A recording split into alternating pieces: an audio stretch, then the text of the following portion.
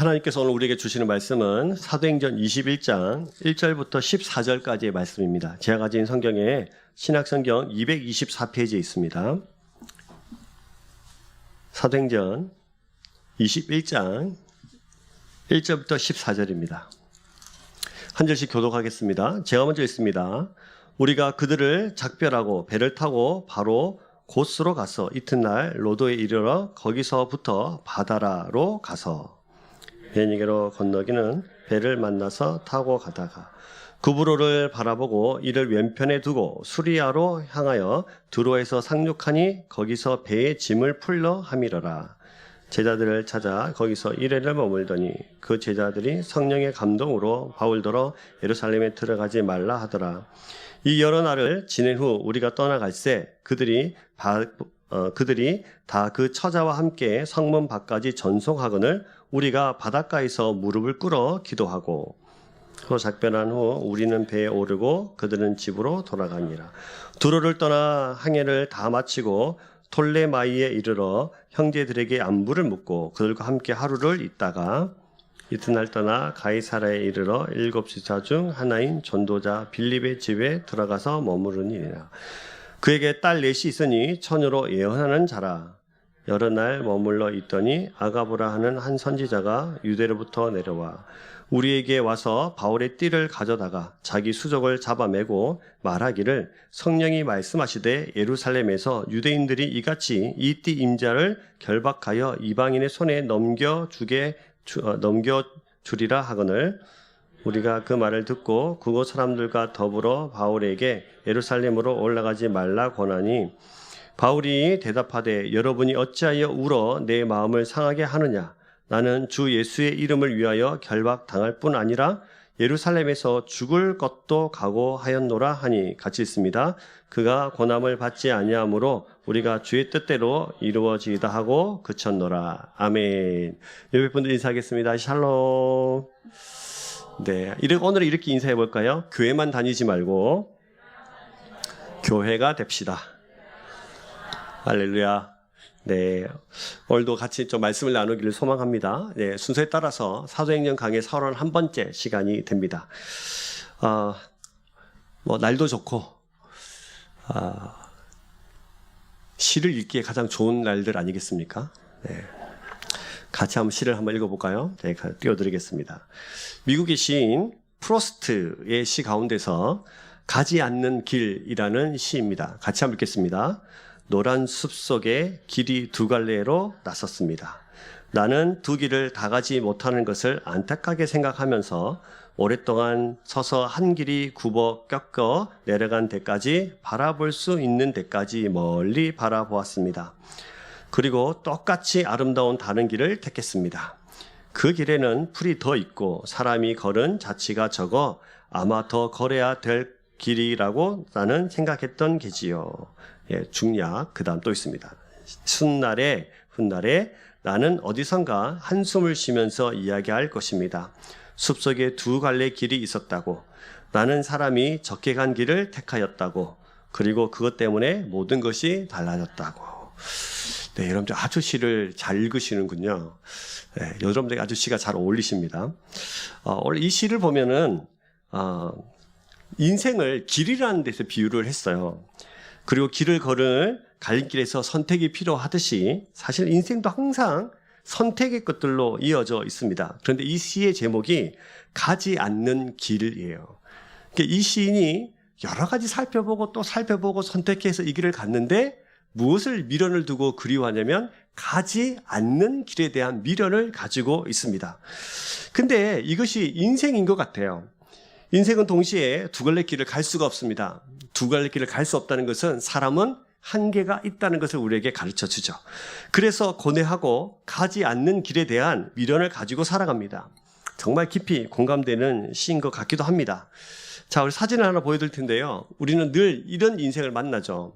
네, 딱 떠야 되는데, 그죠? 저기 가운데서 우리는 어디로 가기를 원하십니까? 자, 오른쪽 길 가기를 원하시는 분, 왼쪽 길로 가기를 원하시는 분 없으시죠? 우리 저 가운데서 우리는 어디로 가기를 원하냐면 가장 좋은 길은 어디지? 가장 빨리 가는 길은 어디지?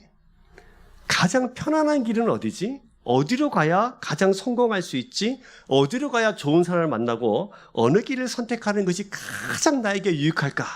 라고 모든 것을 따져고 난 뒤에 자기의 판단에 따라서 오른쪽으로 가거나 왼쪽으로 가거나 오른쪽 위로 가거나 아래로 가거나를 결정을 합니다. 근데 사람들은 그럴 수 있어요. 세상 사람들은 우리의 길을 우리가 결정하고 선택하고 어느 길로 가야 가장 좋은 길인가를 많이 따져서 살아볼 수 있으나 사실은 여러분 성도에게 가장 좋은 길, 가장 복된 길은 좋아 보이는 길, 빨리 가는 길, 편안한 길, 성공의 길이 아니라 목자이신 예수 그리스도를 따라가는 길이 가장 복된 길인 줄로 믿습니다. 이것은 너무너무 중요한 우리의 성도들의 세계관이자 가치관이 되어야 합니다. 자기 앞에 놓여진 길을 서슴없이 미련 없이 이 길을 선택했는데 저 길로 가면 어땠을까라는 그런 미련 없이 주님께서 이끄시는 그 길을 따라 당당하게 자신 있게 거침없이 길을 걷는 것, 그것이 우리 가운데 필요하고 여러분이 그런 인생을 살아가기를 주의 이름으로 축복합니다. 오늘 제가 왜 이런 말씀을 드리냐면 오늘 우리가 함께 살펴볼 이 바울이라는 사람을 우리가 지난주에는 그 발자국을 우리가 흔적들을 살펴보았다면 오늘 그 길을 따라서 그가 걸어갔던 그 길을 따라서 우리는 어떤 길을 가야 하는지 주님께서 왜 이 말씀을 우리에게 주시면서 우리에게 어떤 길을 따라가야 하는지 그 길이 어떤 길인지 그 길의 끝이 얼마나 복된 길인지를 우리에게 설명해 주시기 때문입니다. 자, 그러면 우리 바울의 길을 좀 따라서 같이 한번 좀 가보십시다. 우리가 지금 1차 전도여행, 2차 전도여행, 3차 전도여행을 마무리에 있습니다. 3차 전도여행을 무사히 마친 바울은 최종 목적지인 예루살렘으로 가기 위해서 발걸음을 굉장히 지속했습니다. 그가 그토록 오순절 전에 예루살렘에 도착하고 싶었던 것은 구제연금이 자기 손에 있었는데요. 이 구제연금을 빨리 나눠주고 싶었기 때문이에요. 그리고 또 한 가지 이유는 예루살렘 내 오순절만 되면 수없이 많은 디아스포라 유대인을 비롯해서 많은 사람들이 모였기 때문에 그곳에 가서 뭐 하고 싶었을까요? 뭐 하고 싶었을까요? 축구하고 싶었을까요? 그곳에 가서 전도하고 싶었어요. 열심히 복음을 전하고 싶었어요. 그래서 예루살렘으로 빨리 발걸음을 재촉해서 그가 그토록 3년 동안 사역했던 예배소에서도 머물지 않고 빨리 배를 타고 이동하고 있었습니다. 이 마음을 하나님께서 너무너무 잘 아셨던지 바다라라는 곳에서 바로 팔레스타인 지역으로 예루살렘으로 직항하는 배를 만나게 하셨고 그 배를 타고 예루살렘으로 가게 됐죠. 근데 이 배가 가다가 오늘 본문에 보면 어디 들리냐면 두로라는 곳에 잠시 들리게 됩니다. 그 두로라는 곳에서 뭘 하길 원하냐면 오늘 말씀에도 같이 보시면 짐을 풀려고 모였습니다. 3절 보시면 구브로를 바라보고 이를 왼편에 두고 수리아로 향하여 두로에 상륙하니 거기서 뭐 하려고요? 배에 짐을 풀려 함이라라. 배가 어떤 짐을 가지고 있었던 것 같아요. 그래서 이 짐을 내려놓기 위해서 두로에 잠시 머무르게 됐습니다. 자, 이 두로에 머무르는 동안 바로 바울은 여러 가지 고민도 하지 않은 채 4절 말씀을 보시면 누굴 찾았습니까? 제자들을 찾아 거기서 이래를 머물더니 이라고 이렇게 되어 있어요. 누굴 찾았어요? 제자들을 찾았습니다. 자, 제자들을 찾았습니다. 제자들을 찾고 왜 찾았을까요?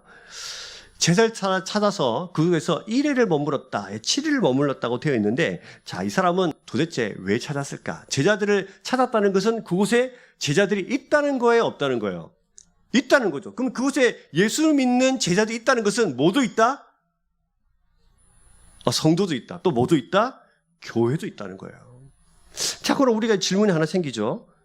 어떻게 두로에 제자들이 있었고 그곳에 교회가 있었을까? 마가복음 7장에 보면 예수님께서 공생의 사역을 하실 때에 이 두로라는 곳에 방문을 하십니다. 그리고 방문하셔서 귀신 들린 소녀에게 귀신을 쫓아주셨던 적이 있습니다. 그때부터 두로에는 예수 그리스도를 구주로 영접한 자들이 있었습니다. 그리고 우리 사도행전 15장에서 우리가 1차 전도행을 마친 바울이 예루살렘으로 귀가하다가 이 두로에 잠시 들려서, 이 두로가 상당히 타락한 도시입니다. 이 타락한 도시에서 그들의 믿음을 북돋아 주고 이방인들에게 어떻게 지금 복음이 흘러가고 있는지를 전해주면서 우리가 힘을 내자, 더 열심히 힘들고 어렵지만 예수님 잘 믿자라고 같이 힘을 붙여다 줬던 적이 있어요.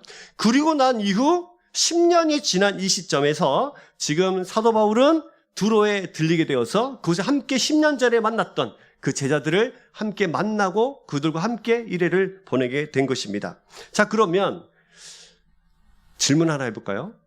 이 일회 동안, 7일 동안 바울은 이 두로에서 제자들을 만나서 뭐 했을까요? 뭐 했겠습니까? 기도했겠죠. 또 뭐 했겠습니까? 전도했겠죠. 또 뭐 했겠습니까? 네, 마스크 때문에 잘 안 들립니다. 바울의 행적을 보면 알 수 있어요. 바울이 에베소에서 뭐 했나요? 장로들에게 베니게에서 막 헤어지면서 했던 말이 있어요.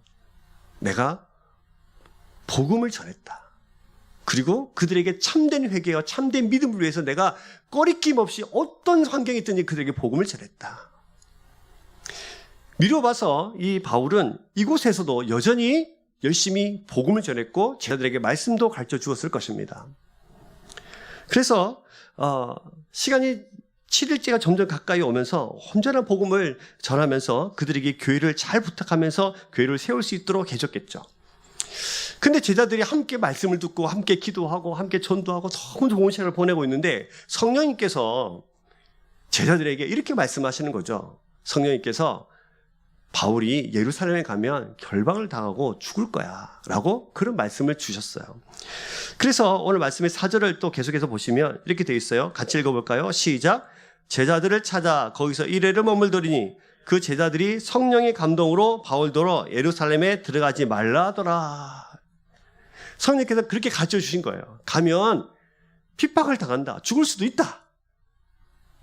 바울더러 못 가게 하라는 뜻이 아니라 그럴 수 있다 라고 가르쳐 주었고, 이 제자들은 바울을 너무너무 사랑해서 그 길이 고통의 길이고 고난의 길이고 결박을 당하게 되고 결국에는 죽게 될 텐데 그 길을 박수치면서 가라고 할 사람이 누가 있습니까? 만약에 지금 여러분들 우리 사랑하는 우리 참여교 모든 성도들 가운데 어떤 사람이 막 고난의 길을 막 가라 그러면 우리가 막 박수치면서 잘 가라 뭐 이렇게 하지는 않을 거 아니에요. 막는 거죠. 그 길 가지 마라. 가면 죽는다. 근데 여기서 들어가지 마라 라고 말하는 것은 금지어이자 명령어예요. 그리고 미완료예요. 그러니까 무슨 말을 했냐면 가지 말아 줬으면 좋겠다가 아니라 가지 마라. 가지 마라. 끊임없이 계속해서 끝나지 않는 시점으로 계속해서 설명한 거예요. 자, 여러분, 이렇게 바울도 알고 있는 예루살렘을 가면 죽을 수 있고 고난과 핍박의 길이 기다리고 있다는 사실을 아는데, 그런데 이 길을 계속 가고 있는데 또 제자들이 앞서가지고 그 길을 가지 마라, 가면 죽는다라고 말할 때 이 바울의 심정은 어땠을까요? 제자들이라고 기록되어 있기는 한데요, 바울의 입장에서 보면 한 형제요, 자매요, 한 공동체이자 한 지체들입니다. 그들은 자신을 걱정하고 사랑하는 마음으로 예루살렘 길을 막아서고 있다는 것을 알고 있어요. 그런 제자들의 마음을 알기에, 그런 공동체의 마음을 알기에, 그런 형제 자매의 마음을 알기에 충분히 흔들릴 수 있는 실정입니다. 주님, 제가 꼭 이 가야만 하나요? 10년 만에 이곳에 만났는데 이곳에 좀 더 머물면서 이들과 함께 말씀을 나누고 싶습니다. 이 길 아니면 안 됩니까? 아님 주님, 꼭 지금이어야 합니까? 우리의 핑계거리에 좀 비슷하죠. 충분히 그럴 수 있습니다. 묻고 또 물으면 흔들릴 수 있고 계속해서 이 시간을 될 수 있으면 늦춰달라고 기도했을 법도 합니다. 바울이라고 결박과 핍박이 두렵지 않았겠습니까? 하지만 두로의 제자들이 계속해서 만류한다고 해서 바울이 주님으로부터 받은 이 사명, 복음을 전하는 이 일을 아무도 멈추게 할 수 없었죠. 그래서 어떻게 했을까요? 예배소 장로들에게 말한 것처럼 내 달려갈 길과 주 예수께 받은 사명, 곧 하나님의 은혜의 복음을 증거하는 일에는 그 일을 마치려면 내 생명도 조금도 귀한 것으로 여기지 않을 거다라는 똑같은 말들을 이 두루에 있는 제자들에게 같이 나누었을 거예요. 참 재밌는 것은, 여러분, 바울이 예루살렘에서 예수 믿기 전에 뭐 했던 사람입니까? 예수 그리스도 믿는 사람들을 핍박하고 죽였던 사람이잖아요. 이제 많은 시간이 흐르고 나서 바울은 그 예루살렘으로 본인이 죽기 위해서 그 길을 가고 있습니다. 이 길을 우리가 잘 보셔야 돼요. 사랑하는 바울을 이끌고 싶지 않았겠죠. 그래서 오늘 본문에는 이 두 가지 장소가 이게 설명이 되어 있는데 또 뒷부분 7절부터는 이 전도자 빌립의 집에 간 바울의 이야기가 좀 진행이 되고 그곳에서 여전히 가지 마라, 가면 죽는다라고 또 이게 막는 장면들이 등장을 해요. 그런데 하도 이곳에서도 막고 저곳에서도 막지만 결국 뭐라고 설명하냐면 14절 말씀을 같이 한번 읽어볼까요? 시작. 그가 고난을 받지 아니함으로 우리가 주의 뜻대로 이루어지리다 하고 그쳤노라. 이들의 결론이 뭡니까? 누구의 뜻대로? 주님의 뜻이 이루어지는 것. 제자들이 막고 또 막았으나 제자들의 마음속에 기도하는 것 단 한 가지 뭡니까? 주님의 뜻이 이루어지는 거예요. 그러면 사도 바울의 마음에도 그가 그토록 원하는 게 뭐였을까요? 내 삶을 통해서 누구의 뜻이? 주님의 뜻이 이루어지는 것입니다. 그래서 고로 사람의 길은 어느 것이 더 좋을까, 이것이 좋을까, 저것이 좋을까를 여러 가지 판단할 수 있으나 그리스도인의 가장 행복하고 복된 길은 주님의 뜻을 이루는 길에 한 발자국 한 발자국 걸어가는 인생이 가장 복된 인생인 줄로 믿습니다. 지금 그것을 우리에게 보여주는 거죠. 자, 그럼 우리가 질문 하나 해볼까요? 주님의 뜻이 뭡니까? 주님의 뜻을 이루는 것은 뭘까요? 주님의 뜻은 뭡니까? 성경에는 주님의 뜻을 크게 두 가지로 분류합니다. 첫 번째는 알지 못하는 뜻, 두 번째는 알 수 있는 뜻이에요. 알지 못하는 뜻은 이런 거죠. 에베소서 1장 4절에서 5절 말씀을 보시면 이런 말씀이 있어요. 자, 같이 읽어볼까요? 시작. 곧 창세전에 그리스도 안에서 우리를 택하사 우리로 사랑 안에서 그 앞에 거룩하고 흠이 없게 하시려고 그 기쁘신 뜻대로 우리를 예정하사 예수 그리스도로 말미암아 자기의 아들들이 되게 하셨느니라. 그 기쁘신 뜻대로 우리를 모아사 예정하셨어요. 그러니까 이 땅을 구원하시기로 결정을 하셨고, 그러나 예정도 하셨고, 누가 구원받을지에 대한 하나님의 결정도 하셨어요. 근데 누가 결정되고 예정되는지를 우리가 알 수 있어요? 몰라요?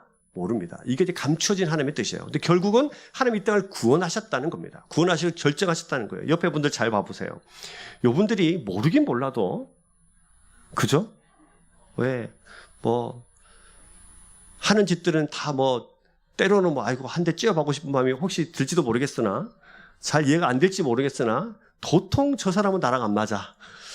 아무리 이해하고 싶어도 이해할 수 없어. 이런 가족들과 평생을 같이 살아갈 텐데, 그럼에도 불구하고 하나님이 이 사람들을, 저 형제 자매를 구원하시기로 예정하신 줄로 믿습니다. 여러분, 그 예정된 사람들을 부르는 방법이 전도예요.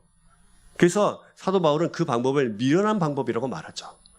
그래서 예정된, 우리는 잘 알지 못하나 하나님께서 감추어진 이 비밀, 이 땅을 구원하시기로 하셨으나 예정된 사람들은 누군지 잘 알지 못하는 그 사람들을 복음의 능력으로, 말씀으로 부르는 일에 쓰임받는 것입니다. 알 수 있는 주님의 뜻은 뭘까요? 에베소서 1장 9절에서 10절 말씀에 이런 말씀이 있어요. 같이 한번 읽어보겠습니다. 시작. 그 뜻의 비밀을 우리에게 알리신 것이요 그의 기뻐하심을 따라 그리스도 안에서 때가 찬 경륜을 위하여 예정하신 것이니 하늘에 있는 것이나 땅에 있는 것이 다 그리스도 안에서 통일되게 하려 하심이라. 왕이신 예수 그리스도 안에서 온 우주가, 땅과 하늘이, 모든 것이 통일돼서 하나가 될 날이 올 것이다. 즉 무슨 말이냐면 그분이 온 땅의 통치자로 다시 회복될 그 날이 오게 될 것이다. 이것이 우리에게 가르쳐 주신 거예요. 요즘 여러분 마지막 날이 있을까요? 없을까요? 있죠. 심판의 날이 있을까요? 없을까요? 있지요. 그 날에 주님께서 온 우주의 왕으로 이 하나님의 나라를 새롭게 하실 그분을 믿으십니까? 그죠? 이것을 우리에게 뭐 하셨어요? 가르쳐 주셨어요. 우리는 알 수 있는 바예요. 즉 예정하고 구원하여서 하나님을 통치하고 다스리는 하나님의 나라의 시민이 되게 하시려고 이 모든 감추어진 비밀과 알려진 비밀들로 우리에게 말씀하시는 거예요. 이 구원의 하나님 나라, 이것이 하나님의 뜻인데요. 이 뜻을 이루기 위해서 각자에게 은사를 주셨고 각자에게 꿈도 주셨고 계획도 주셨습니다. 하나님이 여러분 각자에게 한 사람 한 사람에게 주시는 꿈과 계획이 그래서 있는 것입니다. 다시 한번 옆에 분들 봐보실까요? 하나님이 이 영혼을 향한 꿈과 계획이 있을까요? 없을까요? 네, 옆에 사람 보면 한숨이 되겠나? 과연? 진짜? 리얼리? 이런 많은 의문점이 떠오를 수 있으나 여러분, 확신하십시오. 우리가 아무리 연약하고 부족해도 우리를 부르셨다면 여러분 한 사람 한 사람을 향한 하나님의 꿈과 계획은 반드시 있습니다. 무엇을 위해서? 이 땅을 하나님 나라로 만들어가기 위해서 계획이 있어요. 그래서 은사도 주셨어요. 어떤 사람은 교사에, 어떤 사람은 가르치는 일로, 어떤 사람은 사랑의 마음으로, 어떤 사람은 긍휼의 마음으로, 어떤 사람은 악기 반주로, 어떤 사람은 예술로, 체육으로 모든 부분에 은사를 주셔서 이 모든 부분들을 협력하여서 하나님 나라를 전진시키고 확장시켜 나가시는 줄로 믿으시길 소망합니다. 이렇게 꿈이 있어요. 옆에 분들에게 축복해 볼까요? 당신에게 하나님의 놀라운 계획이 있습니다. 믿으세요? 이게 주님의 뜻이죠. 지금 사도 바울도 사도 바울에게 주시는 그 주님의 뜻은 뭐예요? 주님의 나라를 위해서 복음을 전하는 거예요. 우리 각자가 주시는 그 은사에 따라서 우리도 어느 곳에 있든지 주의 복음을 들고 끝까지 가는 저와 여러분 되시기 주의 이름으로 축복합니다. 그러면 이 뜻을 이루는 통로가 뭡니까? 주님의 뜻이 하나 더 있어요. 주님의 뜻을 어떻게 이룰 수 있을까? 데살로니가 전서 4장 3절 말씀을 같이 한번 볼까요? 자, 같이 읽겠습니다. 시작. 하나님의 뜻은 이것이니 너희의 거룩함이라. 거룩함이라. 곧 음란을 버리고. 거룩함이라. 하나님의 뜻은 이것이니 너희의 뭐라고요? 거룩함이다. 그게 무슨 말이냐면 이 하나님의 뜻을 이루는 귀한 통로가 있는데 그게 뭐란 말이에요? 거룩이에요, 거룩. 특히 청년들 잘 들으세요. 여러분 삶 가운데 여러분 어떤 인생을 살기를 소망하세요? 하나님의 뜻을 이루는 사람들이 되길 소망하십니까?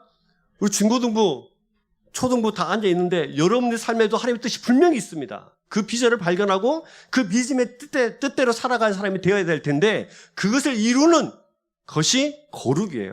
자, 여러분, 우리 어머니들 집에 이 찬장에 옛날 말입니까? 찬장? 되게 선반, 찬장, 예. 너무 옛날 말 같네요. 예. 싱크대 수납장, 예. 그릇이 막 많이 있습니다. 그럼 여러분 어떤 그릇을 사용하십니까? 더러운 그릇을 사용하실까요? 깨끗한 그릇을 사용하실까요?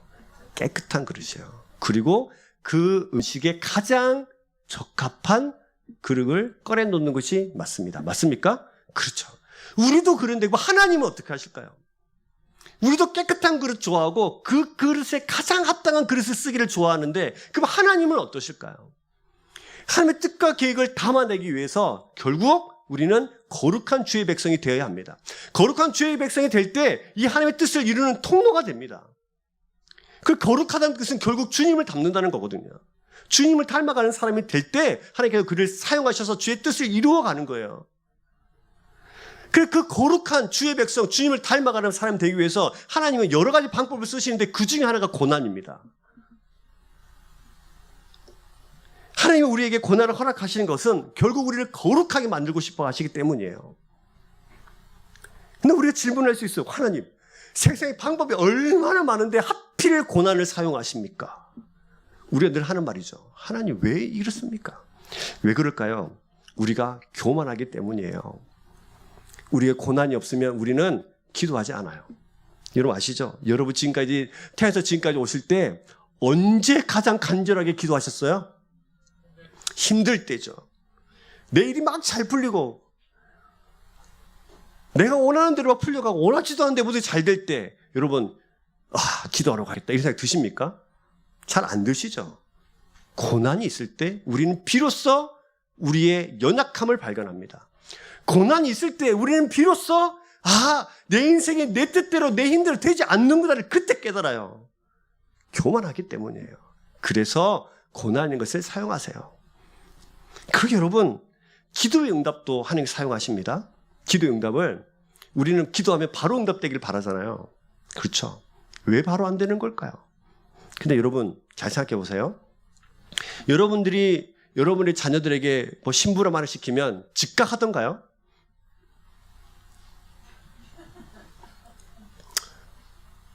가서 문 좀 열어라. 바로 네 어머니 바로 뛰어나가서 뭐 하던가요?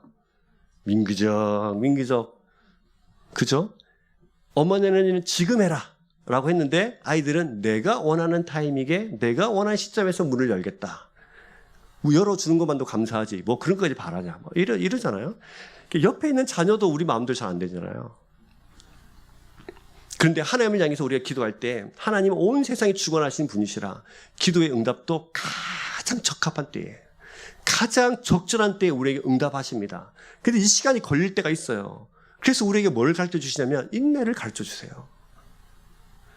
근데 이 두 개가 합해지면 어떻게 되나요? 고난도 있는데 고난을 이겨달라고 없애달라고 기도하는데 이게 빨리 안 없어지는 거죠. 고난이 길어지는 거예요. 이 두 개가 합해지면 정말 우리는 너무너무 힘든 고난의 길을 연속된 그 길을 걸어갈 수밖에 없죠. 그러나 그걸 통해서 우리에게 가르쳐 주시는 것이 뭐냐면 하나님을 닮아가고 우리 힘으로 아무것도 할 수 없다는 연약한 우리의 모습을 직면하게 만듭니다. 그래서 더욱더 하나님을 의지하게 만듭니다. 그리고 그 끝에서 그 주님의 응답을 발견할 때 우리는 와 역시 주님이구나 라는 사실을 그때야 발견하게 돼요. 그리고 우리는 거룩하게 주님을 닮아서 주님의 뜻을 이루는 삶으로 변화시켜 가시고 우리를 훈련시켜 가시는 것입니다. 그래서 여러분 삶을 통해서 주의 뜻이 이루어지는 인생을 살아갈 수 있기를 주의 이름으로 축복합니다. 여러분 그 길이 어떤 길을 하더라도 우리는 그 길을 그렇게 걸어가야 되는 거예요. 때로는 고난의 길, 때로는 기도 응답이 빨리 안 되는 것 같은 그 어려운 상황 속에서라도 여러분 삶을 통해서 주의 뜻이 이루어지는 그 길이 가장 우리 인생의 복된 길인 줄 믿으시길 주의 이름으로 축복합니다. 그래서 여러분 하나님의 뜻은 궁극적인 뜻은 우리가 부자가 되는 거나 뭐 가난하게 되거나 결혼을 빨리 하거나 그런 데 있지 않아요. 결국 우리 삶을 통해서 주님의 뜻이 이루어지는 데 관심이 있으세요. 죽음을 알면서도 죽음의 그 향해서 발걸음을 재촉하는 바울은 이렇게 십자가에 죽기 위해서 이 땅에 오시고 결국 십자가에 죽으셨던 주님을 우리 예수 그리스도를 닮아 있는 사람으로 지금 많이 변해 있다는 사실을 우리는 볼 수 있게 되죠. 그래서 결국 주님의 뜻을 이루는 사람이 됩니다. 저는 여러분들이 정말 그런 주의 백성 되기를 소망합니다. 그래서 정말 주님의 뜻, 나를 통해서 이루어질 하나님의 뜻을 좀 소망하시면서 큰 그림을 그리고 온 땅과 열방 가운데 사용되는 주의 백성 되기를 소망합니다. 자, 우리는 이곳에서 이렇게 주님의 뜻을 가지고 그 길을 떠나가는 바울을 바라봤다면 좀 더 이 본문에 집중할 필요가 있습니다. 이제 우리는 이 이별의 현장 속으로 좀 들어가 보셨으면 좋겠어요. 자, 5절을 보시면요. 이렇게 돼 있죠. 5절 같이 한번 볼까요? 자, 시작. 이 여러 날을 지낸 후 우리가 떠나갈새 그들이 다 그 처자와 함께 성문 밖까지 전송하거늘 우리가 바닷가에서 무릎을 꿇어 기도하고 이래가 지냈습니다. 헤어지기 싫지만 이제 헤어지는 시간이 됐어요. 바울이 두로를 떠나는 날이 됐죠. 바울의 뜻이 분명하고 굽힐 수 없는 것을 안 그들은 처자까지 동원해서 이 성문 밖까지 전송하고 함께 바닷가에 가서 무릎 꿇어 기도까지 합니다. 근데 참 재밌는 것이 있습니다. 두로의 제자들만 배운 것이 아니라 이 두로의 제자들이 누구까지 데리고 왔어요? 처자입니다. 처자는 누군가요? 아내와 자녀들이에요. 우리가 이 부분을 참 자세히 들여다볼 필요가 있습니다. 자, 이제 바울과 헤어지면 이제 살아생전 다시는 보지 못할 이 이별의 현장입니다. 얼굴을 못 볼 거예요. 둘의 제자들은 처자들을 데리고 한국까지 나왔어요. 그 마지막 현장. 그 현장을 보여주고 싶었던 거죠. 자, 그럼 그 현장은 어떤 현장일까요? 성령의 인도에 따라 죽음의 길을 마다하지 않고 민감하게 반응하여서 주님의 뜻을 이루러 결단하는 그 발걸음의 현장. 그 길이 설사 죽음의 길을 하더라도 눈물을 흘리면서 가는 그 결단의 현장. 하나님의 뜻을 알기에 눈물로 축복으로 작별의 현장을 겸허히 받아들여야 하는 눈물의 현장. 하나님의 꿈과 계획이 이루어지는 역사의 현장. 그 그 헤어짐의 현장은 바로 그런 현장이에요. 그럼 여러분, 그 현장에 이 제자들, 즉 아버지들, 또 뭐 자기 남편, 자녀 왜 데리고 나왔을까요? 지난 1회 동안에 제자들과 함께 말씀도 나누었고 열심히 복음도 같이 나눴어요. 그 현장에 누가 있었어요? 제자들도 있었고 처자들도 있었어요. 아버지들이 말리는 거죠. 바울, 제발 가지 말았으면 좋겠어. 안 갔으면 좋겠어. 거듭해서 명령하고 또 명령했지만 그 현장에도 처자들도 있었습니다. 거듭되는 만류에 그러나 나의 달려갈 길과 주 예수께 받은 사명 곧 하나님의 은혜의 복음을 증언하는 일에는 나의 생명조차 귀한 것으로 여기지 않겠다고 결단하는 그 모든 현장에 이 처자들이 있었습니다. 이 제자들은 이 처자들을 데리고 이 헤어짐의 현장에 나와서 그 사도의 뒷모습을 보여주고 싶은 거예요. 주님의 길을 가는데 생명까지 내어 던지면서 걸어가는 그 발걸음의 성도의 위대함, 그 아름다운 그 뒷모습을 아내와 자식들에게 보여주고 싶었던 겁니다. 여기 계시는 우리 어머니 아버지들도 그렇잖아요. 우리 아이들에게 뭐를 보여주고 싶으세요? 진짜 복음의 길, 진짜 말씀으로 살아가는 그 길 보여주고 싶으시잖아요. 이곳에 있었던 제자들 아버지도 그랬어요. 자기 처자들에게, 자기 아내에게, 자기 자녀들에게 이 길을 보여주고 싶은 거예요. 저 길이 그리스도인이 가는 길이야. 저 뒷모습을 잘 봐. 위대한 사도는 그렇게 저 길을 가고 있는 그 뒷모습을, 그 아름다운 모습을 자식들에게 보여주고 싶었던 거예요. 또 살아가는 가족들 역시 너희들도 역시 그런 길을 살아가야 돼. 아버지는 나 또한 그런 사람이 될 거야. 우리 가정이 앞으로 이 세상을 그리스도인으로 살아가는 길은 바로 저 길로 따라가는 것이야.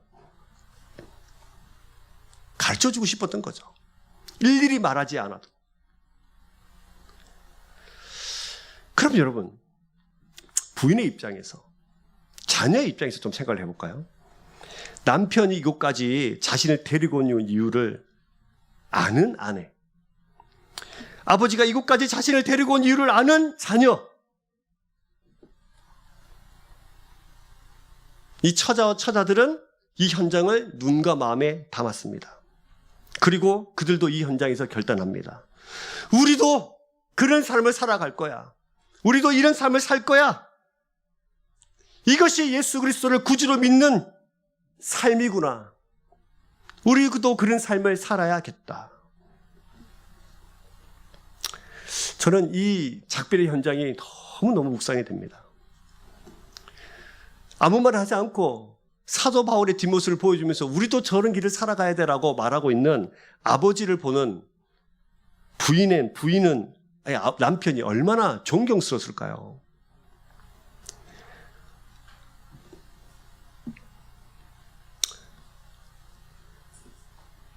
그런 아버지와 어머니의 마음을 알아보는 자녀가 바라보는 어머니와 아버지는 얼마나 존경스러웠을까요?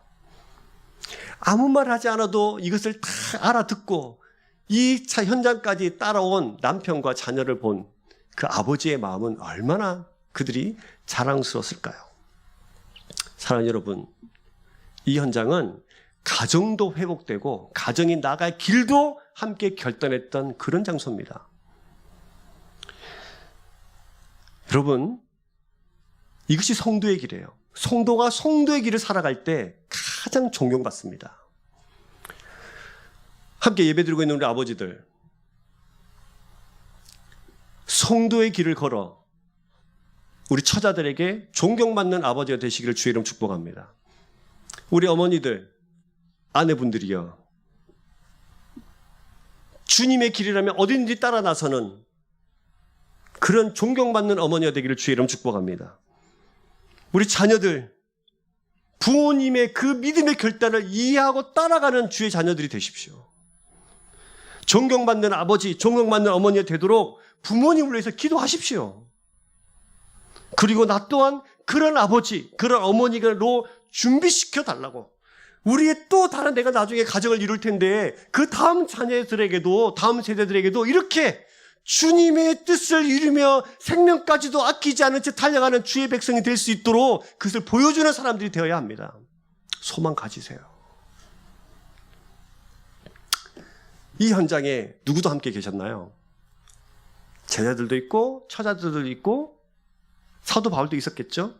이 현장에 성경에는 기록되지 않지만 함께 계셨던 분이 계시죠. 누군가요? 우리 성령님 하나님이십니다. 믿으십니까? 그럼 여러분, 우리 성령님, 우리 하나님은 이 작별의 이 현장, 그리고 그 아버지의 마음, 어머니의 마음, 자녀들의 마음이 다 녹아있는 이 삶으로 보여주고 있는 이 복음의 현장에서 어떤 마음으로 이것을 바라보고 계셨을까요? 주님의 마음으로 이 현장을 좀 봐보세요. 주님을 뜻을 이루기 위해서 그토록 만류하는 사람들, 사랑하는 사람들의 만류를 끝끝내 거부하고 그 예루살렘으로 달려가는 그 사도의 발걸음, 그 결단. 제자들이 그 모습을 보면서 우리도 그렇게 살겠습니다 라고 결단하는 그 현장에서 우리 주님은 너무너무 감격스러워 하셨을 것 같습니다. 그래. 이 땅에서 아프고 힘들지만 그 길을 걷는 것이 내가 너희들에게 원하는 거야. 눈물과 슬픔이 교차하는 이 이별 현장에서 또 다른 희망과 소망의 꽃이 확 피어나고 있는 것이 보이십니까? 이게 성도가 살아가는 길이에요. 바울이 떠나고 난 후 복음의 흔적을 경험한 이들은 제가 볼 때는 이전의 삶과 이후의 삶은 완전히 달랐을 것 같습니다. 날마다 가정에서 아버지들은 바울처럼 말씀을 가르치고 자녀들은 그 말씀을 받아들고 함께 나누면서 그렇게 살아가기를 날마다 결단했을 것 같아요. 우리 삶에 좀 이것을 적용해 볼까요? 여러분, 우리는 가진 게 너무 많아가지고 잃어버릴까 봐 전전긍긍합니다. 그래서 지켜달라고 하죠. 더 달라고 합니다. 당시 예수 그리스도의 제자로 살아간다는 것은 십자가 길을 따라가면서 주님을 위해서 생명까지 내어놓는 게 그리스도인의 삶이에요. 오늘날 우리에게 이런 신앙이 있어야 됩니다. 계산하지 않는 신앙, 내어놓아도 아깝지 않은 신앙, 더 가질까? 어떻게 하면 더 가질까? 어떻게 더 쌓을까? 가 아니라 무엇을 들어야 하는가를 고민하는 신앙이 되어야 합니다. 어떻게 하면 주님의 뜻을 이루는 삶을 살아갈까? 어떻게 하면 거룩한 삶을 살아갈 수 있을까? 그렇게 기도하는 성도가 되어야 합니다. 여러분, 이렇게 기도해 본 적 있으세요? 주님, 저에게 무엇을 원하십니까? 주님, 제가 주님을 위해서 드릴 것은 무엇입니까? 무엇을 내어드릴까요? 내게 있는 것이 다 주님의 것입니다. 내 생명까지 주님의 것입니다. 이렇게 기도해 본 적 있으세요? 우리는 물론 있으실 거예요. 저 있으실 거라 믿어요.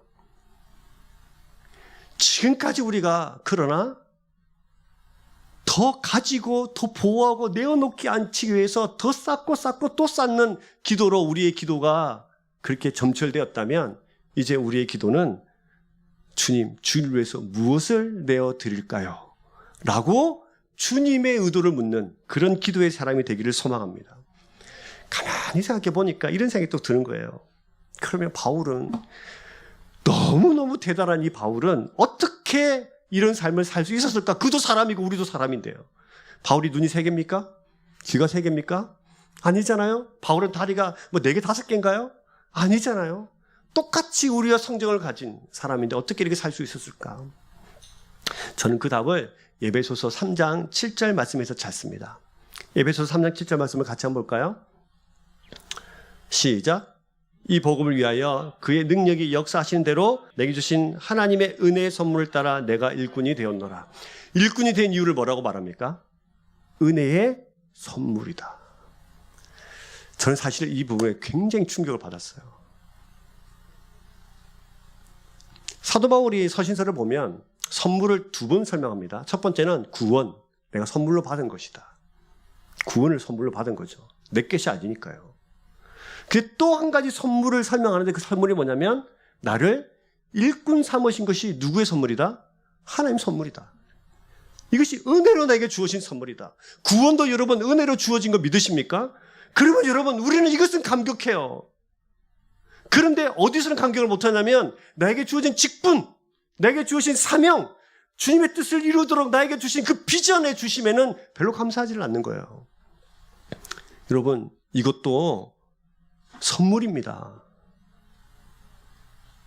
구원과 사명을 동시에 선물이라고 말하는, 복음을 두고 살아가는 것이 구원의 선물인 만큼 감격스럽고 감사한 것, 그것이 나에게 맡겨주신 사명이에요.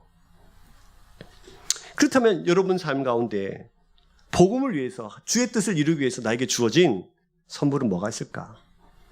아버지 손 들어보세요. 이 땅에 지금 아버지, 저는 아버지예요. 손 드세요. 저를 따라 하세요. 제가 아버지 된 것은 은혜의 선물입니다. 할렐루야. 손 내시고. 어머니 손 드세요. 어머니. 나는 어머니예요. 저를 따라 하세요. 제가 어머니 된 것은 은혜의 선물입니다. 할렐루야. 손 내시고. 자녀들 손 드세요. 자녀들. 난 자녀예요. 자녀 손. 네. 손 드세요. 제가 자녀가 된 것은 은혜의 선물입니다. 할렐루야. 믿으십니까? 자, 지금 저희 교회도 직분자도 계시죠? 집사님, 안수 집사님, 장로님, 본사님, 찬양팀, 안 보인 곳에서 여러 이런 방송실도 있고요. 우리 오늘 우리 재용이가 우리 재용 형제님이 저 방송실에 계시잖아요. 예, 시작한 지 얼마 안 돼서 비록 이게 실수가 많지만, 그래도 저기서 저렇게 힘들게 어렵게 안 보이는 곳에서 섬기는 그 섬김이 누가 주셨다고요?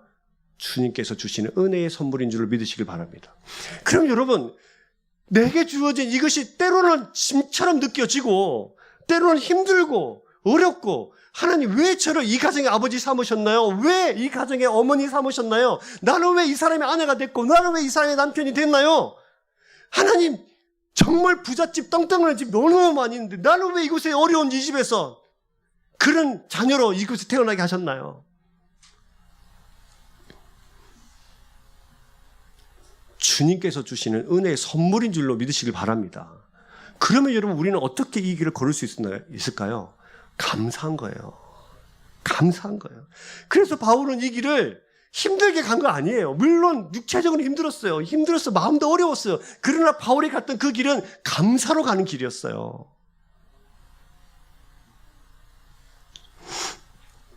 선물이기에 선물 받아서 버리나요? 아니죠. 선물이기에 감사히 받고 감사히 간직한 거예요.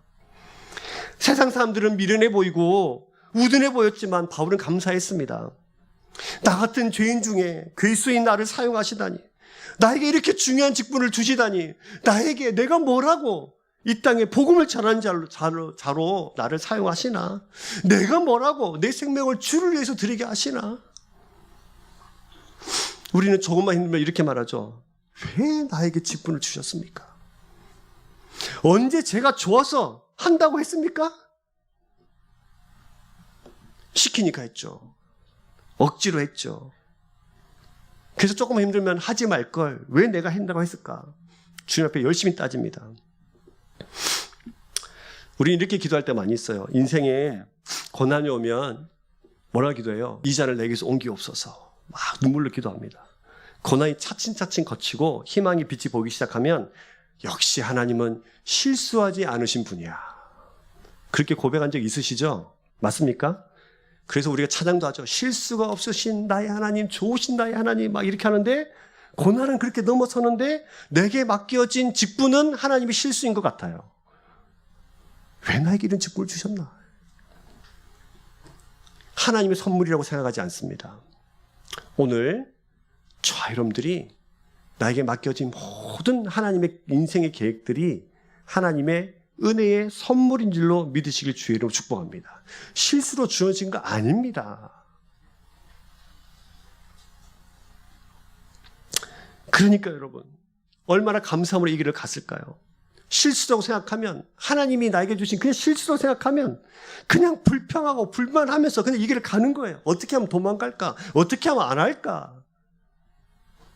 그러나 주님께 주신 은혜의 선물이라고 생각하면 어떻게 하면 이 일을 할까? 부족하면 주님 저에게 지혜를 주세요.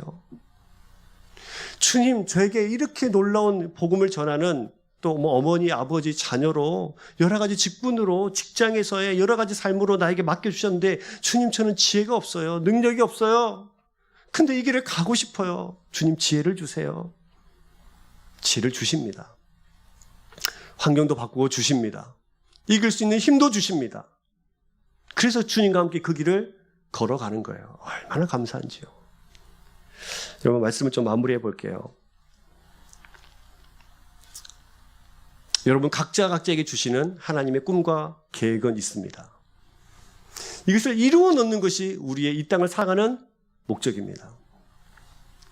하나님 혼자 내버려 두시지 않고 저와 여러분 삶 가운데에 함께 하시면서 이 길을 이루도록 하십니다. 자, 우리는 또 저 문을 열고 나가면 세상에 수없이 많은 선택의 길 앞에 서 있게 될 것입니다. 이 길이 좋을까? 저 길이 좋을까? 어떤 게 더 유리할까? 이제 여러분 생각을 바꿔서 이 길이 주님의 뜻을 이루는 길인가? 이 선택이 주님의 뜻을 이루는 뜻일까? 이 선택이 주님의 뜻을 이루는 선택일까를 고민하면서 그렇게 한 걸음씩 한 걸음씩 주님과 함께 여러분의 길을 갈 수 있는 주의 백성 되기를 주의 이름으로 축복합니다. 말씀 기억하시면서 같이 이 찬양 하십시다. 주님 다시 오실 때까지 나는 이 길을 가겠습니다. 좁고 십자가를 짊어지는 길이라 하더라도 은혜의 선물인 줄로 알고 그 길을 그렇게 가겠습니다.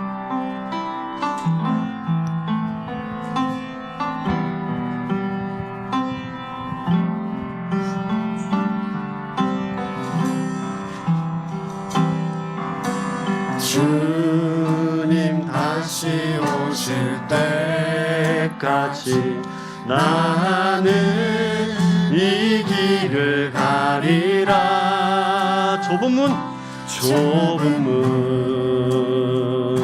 좁은 길 나의 십자가 지고 나의 가는 이 길 끝에서 나의 가는 이 길 끝에서 나는 주님을 보리라. 영광의 내 주님 나를 맞아주시리. 나를 맞아주시리. 주님 다시 오실 때까지 주님 다시 오실 때까지 나는 일어나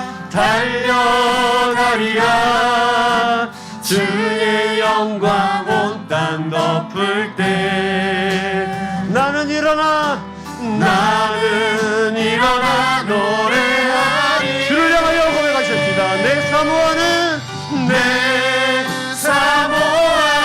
주님 온 세상